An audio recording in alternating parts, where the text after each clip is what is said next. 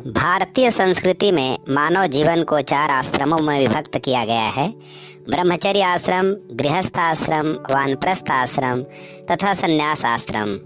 भारत की प्राचीन शिक्षा पद्धति में विद्यार्थी 25 वर्ष की आयु तक घर से दूर गुरु के आश्रम में रहकर अनेक प्रकार की विद्याएं सीखता था तथा विभिन्न शास्त्रों का ज्ञान प्राप्त करता था।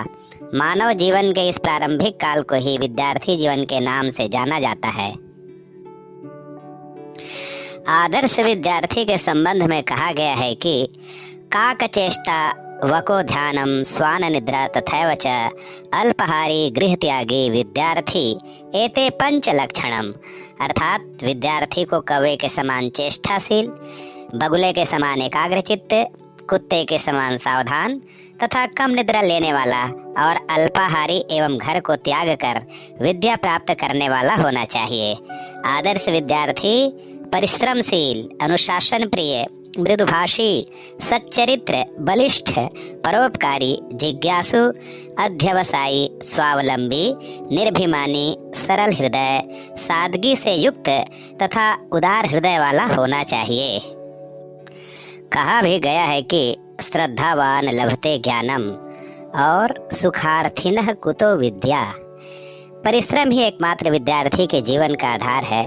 निरंतर परिश्रम करते हुए अपने लक्ष्य की ओर केंद्रित करने से विद्या उसके व्यक्तित्व का अंग बन जाती है। सभी विद्यार्थियों को यह धारणा कर लेनी चाहिए कि सुख की कामना वाले को विद्या नहीं मिल सकती और विद्या चाहने वाले को तत्क्षण सुख की प्राप्ति लगभग असंभव है। निरंतर परिश्रम ही विद्या का मूल मंत्र है। विद्या आत्मा की प्यास है। इसकी पूर्णाहुति आत्मज्ञान से होती है। जीवन लक्ष्य की पूर्ति के लिए विद्या ही प्रमुख है। इसे कठोर प्रयत्नों से ही प्राप्त किया जा सकता है। जो इसकी ओर ध्यान नहीं देता है और आलस्य में अपना समय व्यर्थ ही नष्ट करता है, वह सफलता से वंचित रहता है।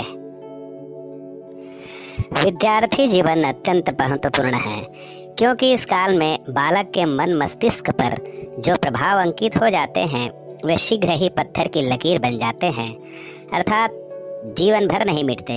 इसी काल में विद्यार्थी में ग्रहणशीलता अधिक होती है। इसी काल में उसकी स्मरण शक्ति, निरीक्षण शक्ति, जिज्ञासा वृत्ति अधिक सक्रिय होती है। इसी अवस्था में बुद्धि तीव्र, मन निर्मल, मस्तिष्क साफ तथा शरीर स्वस्थ होता है। जीवन की सबसे आनंदमय अवस्था यदि कोई है तो वह है विद्यार्थी जीवन। हमारे प्राचीन काल में गुरुकुल परंपरा के माध्यम से मनुष्य को विद्यावान बनाने हेतु विभिन्न विधाएं प्रचलित थीं। गुरुकुल में आचार्य विद्यार्थी को सत्पात्र के रूप में गढ़ते थे। सत्पात्र को ही विद्या वर्ण करती है।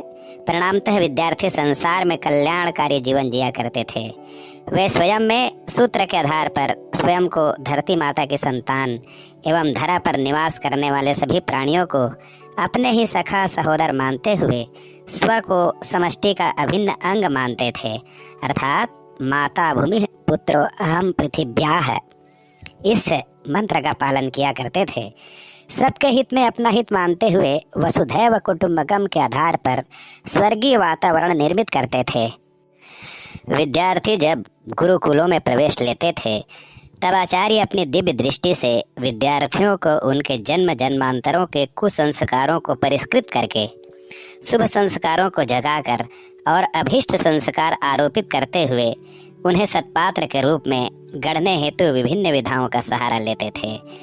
जैसे ऋषि धौम्य के गुरुकुल में जब उपमन्यु एवं आरुणि ने विद्या अध्ययन हेतु प्रवेश लिया, तब ऋषि धौम्य ने पिछले कुछ संस्कारों को परिष्कृत करने हेतु शिष्य उपमन्यु को गौ सेवा के कार्य में तथा शिष्य आरुणि को कृषि के कार्य में लगाया था।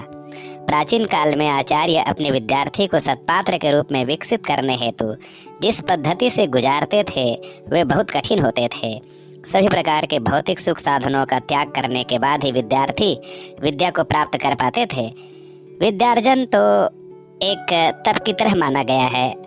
तप अर्थात श्रेष्ठ दिशा में आगे बढ़ते हुए जीवन में आने वाली प्रतिकूलताओं का सहज सामना करने का नाम ही तप है। इसलिए कहा गया है कि जो सुख प्राप्त करना चाहता है उसे विद्या कभी प्राप्त नहीं हो सकती है। आज की शिक्षा में परिवर्तन अपरिहार्य है। आज शिक्षकों को अपने पावन उत्तरदायित्व का वहन करना होगा। साथ ही विद्यार्थियों को भी अपनी संस्कृति के आदर्शों को अपने जीवन में उतारने के लिए कृत संकल्प होना पड़ेगा।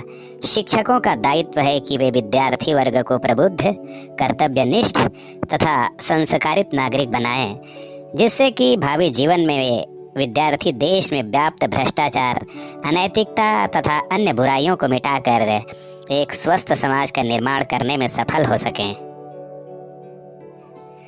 तप में सुख का कोई स्थान नहीं होता है। जिस प्रकार सामान्य लोहा इधर उधर पड़ा हुआ मिल जाता है, वह अनुपयोगी होता है। उसे उपयोगी बनाने के लिए भट्ठी में डालकर पिघलाया जाता है। उसमें से जो व्यर्थ है, खराब है, उसे निकाल लिया जाता है। फिर उसे किसी उपकरण का रूप दिया जाता है। देखा जाए तो इस अवस्था में लोहे को सुख कहाँ। ऐसे ही स्वर्ण एक मूल्यवान पदार्थ है, फिर भी उसका मूल्य और अधिक बढ़ाने के लिए उसे पिघलाने के लिए आग की भट्टी में डाला जाता है। फिर उसे सांचे में डालकर उसको आकार देते हैं, उसकी कुटाई पिटाई की जाती है। ऐसी कई प्रक्रियाओं में डालने के बाद उसे एक सुंदर आभूषण का रूप प्रदान किया जाता है। एक सामान्य पत्थर का मूल्य बढ़ाने के लिए एक शिल्पकार उसे ठोक पीट कर भली प्रकार निर्माण करते हुए मूर्ति का रूप देता है, तब जाकर उसका मूल्य बढ़ता है। इसलिए कहा गया है, सुखार्थिनः कुतो विद्या, अर्थात विद्या प्राप्त करने के लिए सुख का त्याग करना पड़ता है।